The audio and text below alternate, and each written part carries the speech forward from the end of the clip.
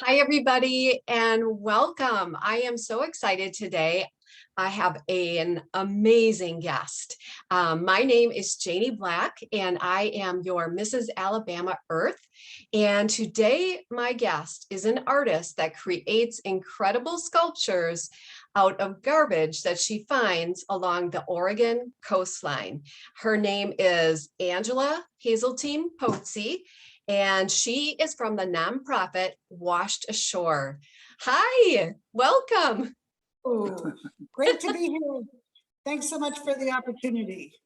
Thank you. Thank you. So what is in front of you? Well, yes, this is basically an example of garbage that's picked up off of the beaches. So I'm going to show you what's in front of me and then talk about what's behind me as well. Washed Ashore has volunteers scour beaches all the time to pick up a variety of things. You can tell this has been in the ocean, has been worn down as an old brush, scrub brush. This is what happens to one of those red cups that you like to use at a party. Yeah. Umbrella handles, there's shooting tobacco cups, shotgun shells, golf balls, bottle caps, and even a really old flip-flop. That's what happens after it's been in the ocean a while. Wow. So art and, all kinds of disposable single-use plastics, which is really bad stuff. This stuff is chewed up by the ocean and then spit out onto our coastline every so often. And all around the world, this is a worldwide issue. And people who've traveled will see garbage anywhere in the world. And behind me is basically a map of the world showing the 5 different gyres. And you might need to get a broader view of this. Wow, that's incredible. This is you might need to step back actually, Frank, to get a picture of this whole thing. Wow. So there are actually 5 areas of the world that have these swirling patches of garbage, and they're everywhere. They're called gyres, and the gyres are just ocean currents and wind patterns that naturally form, but now it's filling full of garbage and spitting things up. And that's made from. Oh my goodness. And this is all made of garbage from the beaches. So yeah, Frank, step back so we can show the whole thing. It's kind of an amazing thing. People often hear about the Great Pacific Garbage Patch. Well, that's just this area, but they're everywhere. And unfortunately, it's a worldwide issue. But the good news is it's a consumer problem, and we're all consumers. So that means we can all do something about it. Absolutely. Absolutely. So what what inspired you to start this? Well, I love the ocean, and I have spent all my summers going to the ocean like a lot of people have. And I always thought it was this constant that would always be the same no matter when you went to it. And I went through some real tragedy in my life where I lost my first husband to a brain tumor, and I was disabled, and I was just kind of like a mess. And I thought, I have to go to the ocean to heal. And I walked the beaches every day, and what I found was really an ocean that needed healing. I couldn't believe all the garbage on the beaches, and I thought, I was an artist and an art teacher, and I thought, what if I never use anything but garbage? What if I use art as a language to change people's hearts and minds? And what if I could make giant animals people want to have their picture taken next to? So yes. That's how it started, and then I decided it had to be a nonprofit, because that's what it's really all about, is saving the ocean, So let me take a tour of the gallery. Awesome. You could ask me some more questions. But oh, yes. So I had read that 300 miles of beaches have been cleaned through Washed Ashore. Is that right? Yes, and that's the whole coastline of Oregon is basically belongs to the public because of our state parks. And so people have been picking up garbage all the time in Oregon, but now they get excited about it because of they know that that's going to turn into something that's educational, like this is a sea jelly. And we make our stuff so that you can touch it too. Oh my goodness. And you can play with it, because you see, I was a teacher for 30 years and I know the kids like to touch stuff. Yes, they do. I know. And that's how they learn. A lot of people who have, different ways of learning, and the arts have that capability to really reach into you. And ever since I was a kid, I always made stuff out of found objects. So here we go. This is all made of water bottles. Oh my goodness. There's a sea anemone that's made out of this is all garbage from the beach, everything. Even though it's brightly colored, we don't color it. Right.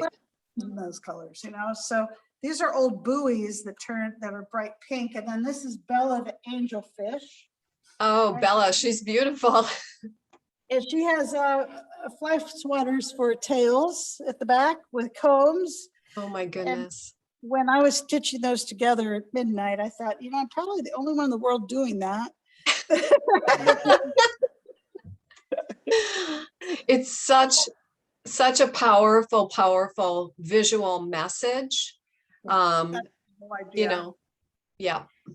The other thing is it's visual, but we also have signage with our work. So because people learn in different ways, some people love to read about stuff, and we have scavenger hunts where you can find things on the sculpture. And then we always have a section on our signage about what you can do today to help the problem, because it's kind of depressing when you think about all this plastic in the ocean, but there are things that each of us can do to help the situation. So we always give people encouragement to, make a difference.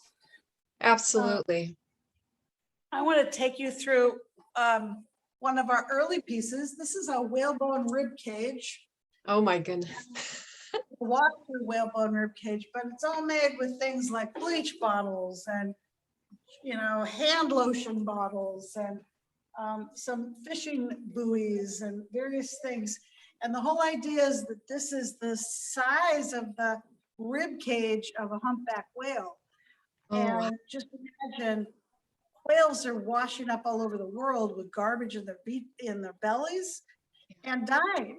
And and humpback whales were on the edge of extinction, and then we brought them back to life by not hunting them, but now we're poisoning them with our plastics. So we can change that. Yes, we can. Wow, that is powerful. Powerful. And then there's a few other pieces in the gallery here. We've got Cleo the clownfish. And kids always relate to that. Oh, for sure. And we've got Nora the salmon. Lots of recognizable things on her. Wow. What's been the overall feedback when people see all of this trash that's come out of our waters, our oceans? Well, a lot of people had no idea it was this bad. And I think that my idea of starting this was really, if people see it, that this all is garbage off the beaches. We don't use anything except garbage off the beaches, plus screws and wire. That's it. Mm-hmm. That there's enough for us to keep building sculptures forever is horrifying. And it's also, we like to show the variety of stuff that comes in. So we try to use everything, like 95% of it at least. And people are amazed at the variety of things that come up on beaches, and they think you must have to color it. I'm like, no, plastic comes in every color you ever wanted, and that's why it seduces us, because they think it's so beautiful sometimes. So and I think they're also want to make a difference. When people see it, I think people are basically good, and they want to say, what can I do to help? This isn't right. I should do something about it. And that's where we want people to go with this, with our exhibits, is really, how can I make a difference? What can I do differently? And so we really encourage people to, reuse water, reusables, water bottles, and stop drinking out of styrofoam cups, and bring out your own bag to the grocery store, and whatever it is that we can do to help. I'm going to finish up with a little bit more. Okay. This was done. been a nonprofit for 11 years now, and this started in 2010 when the BP Horizon deep water drilling accident happened and the gush of plastic, it wasn't plastic, it was a gush of petroleum that came up, made me realize the connection between petroleum and plastics people don't think about, Right. but it's very real. So I thought this is our example of an oil gush of petroleum, which a lot of times turn into plastic. Yeah. So, It's beautiful, but it's very moving, yeah. and it's definitely, I always encourage people to try to find the beauty in everything. So Yeah. if you can see the beauty, maybe we'll stop looking at things as trash and stop throwing Well, much away carelessly. I mean, the thing is that it's actually a resource. I mean, think Yeah. about throwing away all your art supplies. I mean, it's like Yeah. you just learn to look at things differently and use a creative way of thinking and use your imagination. You can find incredible supplies and things that go into the garbage can or into the recycle bin. I mean, I've taught kids for years who didn't have any money at all. And I said, you guys have so many art supplies at home. Let's just start looking at what you got. I mean, cereal boxes can turn into puppets. Yeah. Toilet paper rolls could turn into dolls. You can do anything with stuff if you just look at it in a different way. And so I kind of been doing that all my life, and now I get to do it as a profession, which is great. Yeah.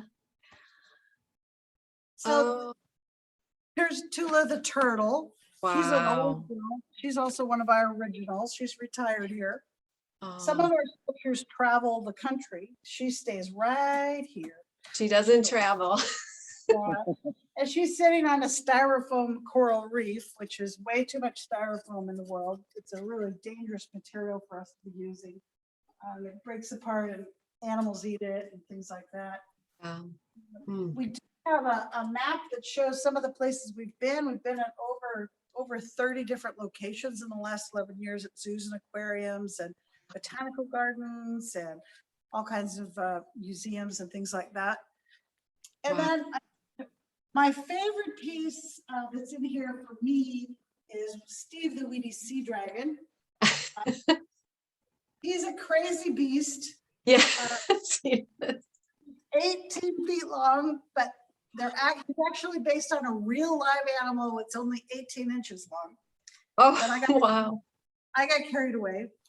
Oh my goodness. And weedy sea dragons, I love them because they look like Dr. Seuss invented them, Yeah. but they're weird. And I like to do a lot of research, and I always tell my students, researching and investigating things, getting in the heads of the animals is really important, because then that kind of comes out in their expressions. And also I try to get all of their fins and their appendages in the right places. So we've done that. Just absolutely beautiful. How long does that take, Angela? Well, this one is kind of unusual. I built this one myself from scratch. So the insides of this is all scrap plastic and metal that I put together myself. And then I kind of usually we work with a lot of volunteers to do small parts of it, but the volunteers worked on the base parts. So for instance, you want to zoom down here, this is called a trash kebab. And we have workshops where kids help put those together. And then this seaweed was wired together by a volunteer. And we have volunteers like that, but the rest of it I did myself, including, you got to zoom in on the eggs. Now, the cool thing about these are the eggs of the weedy sea dragon, because Steve is a male, and the males have their eggs placed there by the female, and he has to take care of them, just like seahorses, males give birth. But with weedy sea dragons, the male has to make sure these guys don't fall off, and he can't go wagging his tail too much. So he has to take very good care of his eggs. I like him. I like that. That's a tour of the Washington Shore Gallery in Bandon, Oregon. And people, come in here all the time to learn about what's going on. And Yeah. Yeah, absolutely awesome. Thank you so much for sharing that. It's such a treat. In leaving today, you had mentioned like we can all do small things to help. So what would your advice be if someone's feeling like they're not doing a real good job and they just want to help? Well, I think the biggest thing that happens is we all feel overwhelmed and you start feeling guilty.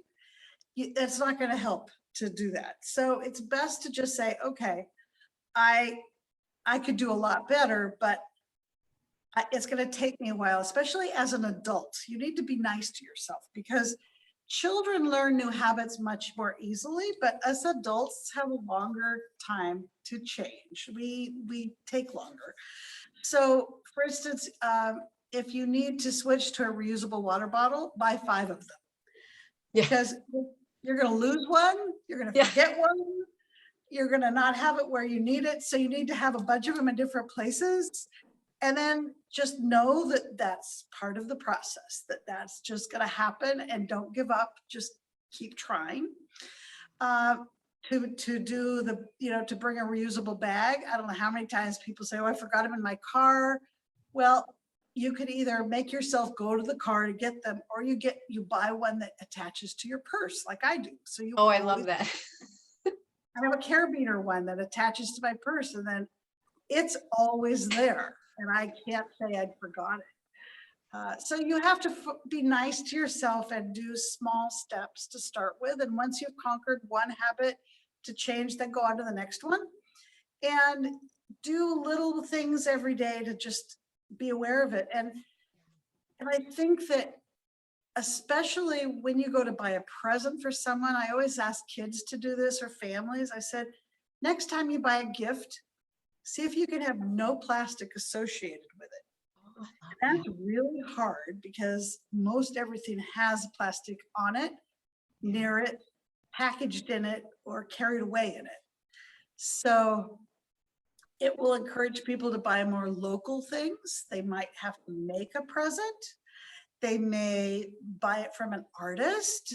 They may go to a Saturday market or something like that that actually helps support other things as well. But little challenges like that can be kind of a fun thing and a game rather than get just like, I can't handle it. I can't get rid of yeah. plastic because we have to have it in our lives. It's not all bad. It's just that we can't use it for everything all the time. Absolutely. I love that. Little challenges. Yeah. I love it. So thank you so much, Angela, for joining me today. I am truly inspired. I told you I've seen the traveling exhibit in person. My family and I were so incredibly impacted by it. So thank you so much for sharing your creative gift with the world and, using art to be a voice to help our planet. So, all right. Awesome. Thank you Thank so you. much. Okay. Bye-bye. All right. Bye-bye.